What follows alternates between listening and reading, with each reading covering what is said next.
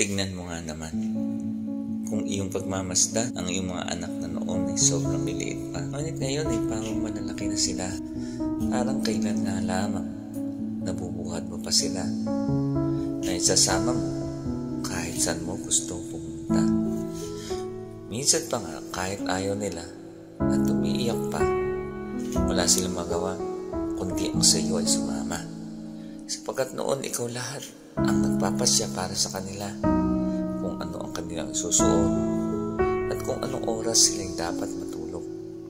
Nagagawa mo ang lahat ng gusto mo para sa kanila. Sa madaling salita noon man ay nagkakaproblema, masaya ka kasi ang mundo nila at ang mundo mo ay iisa.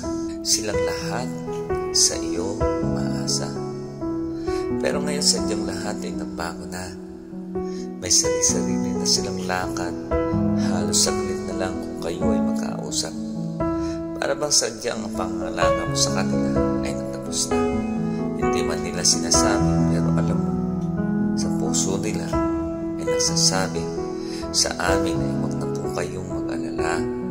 Maaari na po kayong magpahinga. Sa puso mo ay nakahalo ang lungkot at saya. Masaya ka dahil nagawa mo na ang ituro ang alam mo ay tama para sa kanila. Malungkot ka dahil hindi mo na sila makakasama gaya ng sila ay mga bata pa. Kaya nga sa lahat, pakatandaan, ang madalas nating napapakinggan, turuan mo ang bata sa daan na dapat niyang lakaran. At pagka tumandaman siya ay hindi niya hihiwalayan. Kausapin, yakapin, habang sila'y nasa iyo pa at ang isip nila ay hindi pa nababaling sa iba. Higit sa lahat, sa kanila'y maging mabuting halimbawa ka.